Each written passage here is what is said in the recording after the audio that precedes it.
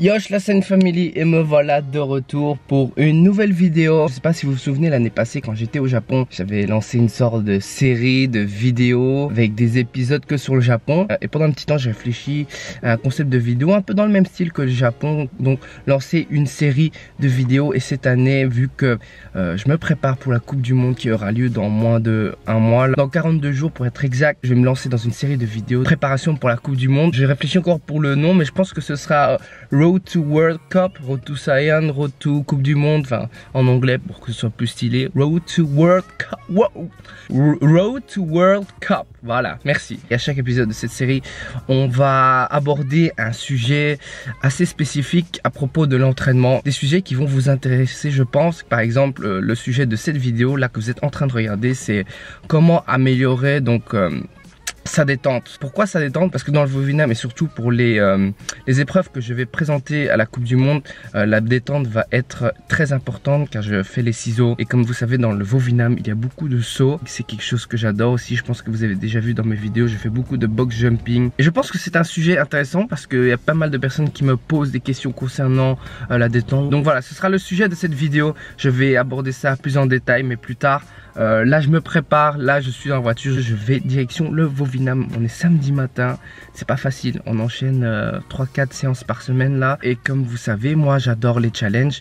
Et mon challenge de cette année, c'est de participer donc à la Coupe du Monde, mais en tant que ceinture noire. C'est quelque chose comme certains enseignants et maîtres m'ont déconseillé de faire, même parce que je viens d'avoir ma ceinture noire. Et la matière en tant que ceinture noire, elle n'est pas facile. Ça me laissait donc 2 mois à me préparer, à connaître la matière de ceinture noire pour la Coupe du Monde. Même un maître de France avait dit, mais ouais, mais qu'est-ce que vous allez faire en tant que ceinture noire? Vous connaissez pas la matière, il y a d'autres ceintures noires qui ont plus de niveau et tout ça. C'est vrai, je l'accorde, mais moi quand on me déconseille de faire un truc, c'est bizarrement, moi ça me donne l'effet inverse, j'ai envie de faire le contraire quoi. Moi ça me motive énormément, c'est un gros challenge. C'est parti pour le premier épisode de la scène famille de Road to World Cup, yes. Et c'est parti pour l'entraînement.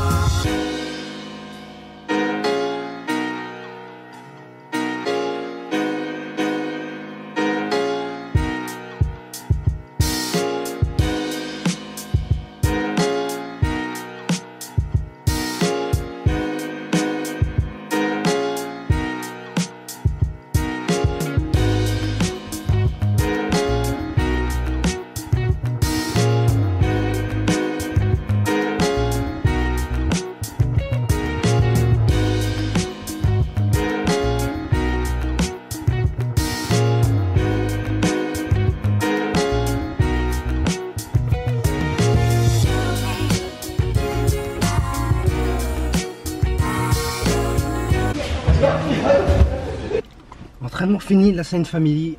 Je suis mort. Vous savez, c'est pas facile d'enchaîner le vendredi soir plus le samedi matin. Le prochain mois, ça va être très rude niveau entraînement. Au moment de l'entraînement, je suis motivé. C'est surtout avant et après. Avant d'aller à l'entraînement le samedi matin, c'est chaud. Pas facile quoi. Mais ça va, on garde la pêche. Comme vous avez pu voir, aujourd'hui on a fait les ciseaux. Et comme vous avez pu voir, les sauts c'est très important, avoir une bonne détente, pouvoir sauter haut pour bien agripper au niveau du cou, c'est très important. Je vous préviens déjà, les ciseaux que je vous ai montrés là, ils sont dégueulasses. C'est à entraîner, à perfectionner et j'ai encore 42 jours.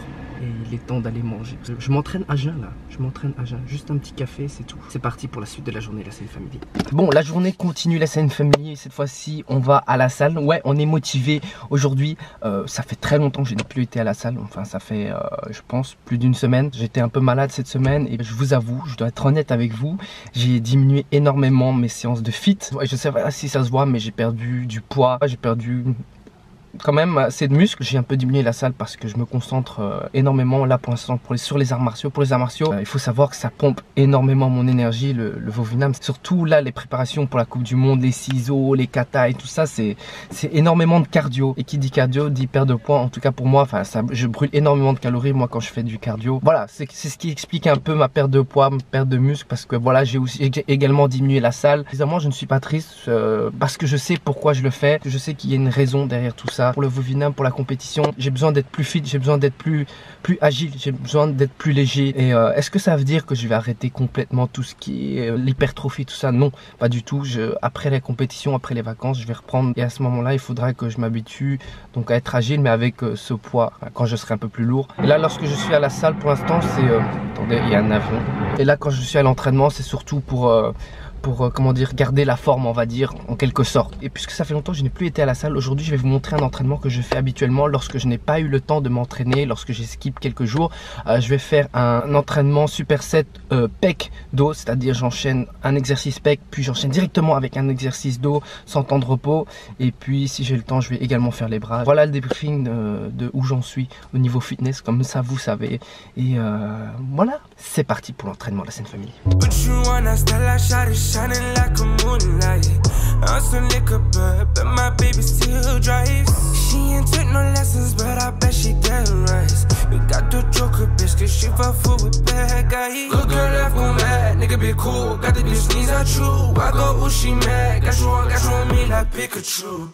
Is you feeling now? I'm feeling is you waiting to get that butt shaking naked? I'm deaf is wonderful. Ooh, lose yourself, go right into you now. Yeah, keep riding till you come. Yeah, yeah. All I'm talking is you down, cause all I want is you to right now. Ooh, lose yourself, go right into you now. Yeah, keep riding till you come. Yeah, yeah. All I'm talking is you down, cause all I want is you to right now.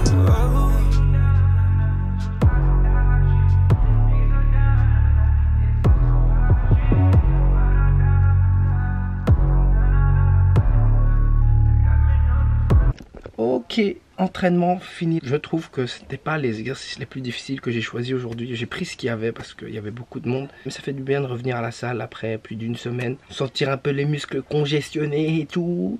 Voilà à quoi ressemble une de mes journées pendant ces prochaines semaines, prochains mois. En tout cas, le repos sera très important durant ces prochaines semaines. Le repos, le sommeil. À demain la Sainte Family. Ok, petit flash forward la Sainte Family. Nous sommes déjà... mardi, ouais, je sais, je suis passé de samedi à mardi comme ça au calme. Mais c'était le rush et il y avait le match de la Belgique. On a gagné. Regardez la Sainte Family, ce qui est arrivé hier. Il s'agit du maillot du Japon personnalisé, donc en mode Tsubasa, Captain Tsubasa. Donc ici vous avez le nom de Tsubasa, le numéro 10, avec les images que vous pouvez voir ici du manga, de l'anime. Ici, spécial Coupe du Monde. Magnifique. Oui, cette année, on supporte la Belgique et le Japon. Bon, le Japon, c'est pas la meilleure team, je vous avoue. C'est pas l'équipe de Captain Tsubasa, mais voilà, on supporte quand même. Et justement, ils vont jouer maintenant contre la Colombie. Ça va être très difficile, je pense, pour eux, mais on croise les doigts.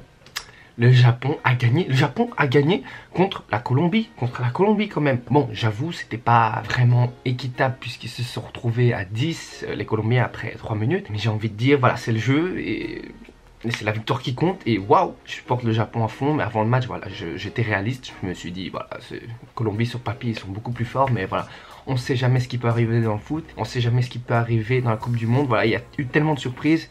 Le Japon a gagné 2-1. Moi je dis c'est grâce au nouveau t-shirt, c'est grâce au nouveau maillot, c'est un truc de fou. Si vous vous demandez pourquoi je supporte le Japon, ben voilà, puisqu'on ne peut pas supporter le Vietnam parce que le Vietnam au niveau foot, donc voilà, on supporte le voisin, le Japon, Japon, pays que j'adore également. Bien sûr je reste supporter numéro 1 de la Belgique, mais voilà, en plus de la Belgique, je supporte le Japon également.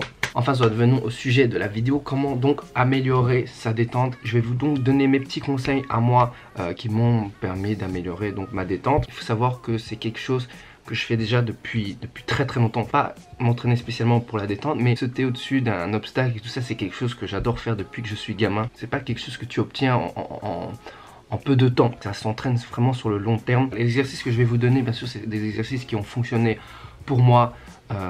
Mais j'espère qu'ils fonctionneront aussi pour vous. Il faut savoir que la détente, il s'agit de la puissance, de la force, l'explosivité qui vient des mollets, des cuisses, des fesses. Dans mon cas, je pense que ça vient plutôt des fesses.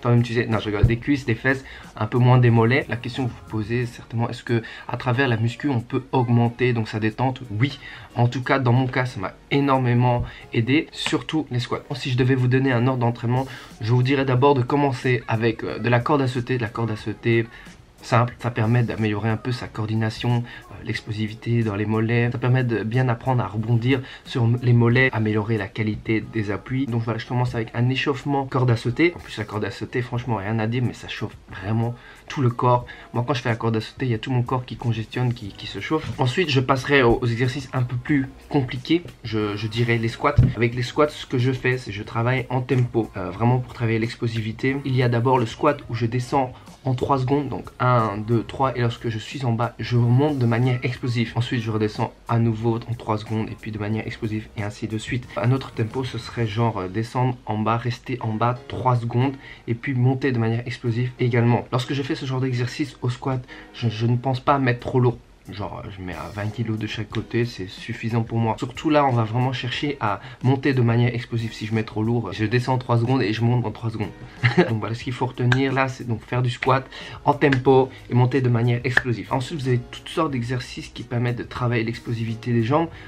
Franchement il y en a énormément. Moi ce que j'aime bien faire, c'est par exemple monter une jambe à la fois sur un box avec deux haltères ou 2 kettlebells dans les mains. Sinon il y a d'autres exercices d'explosivité, par exemple le burpees.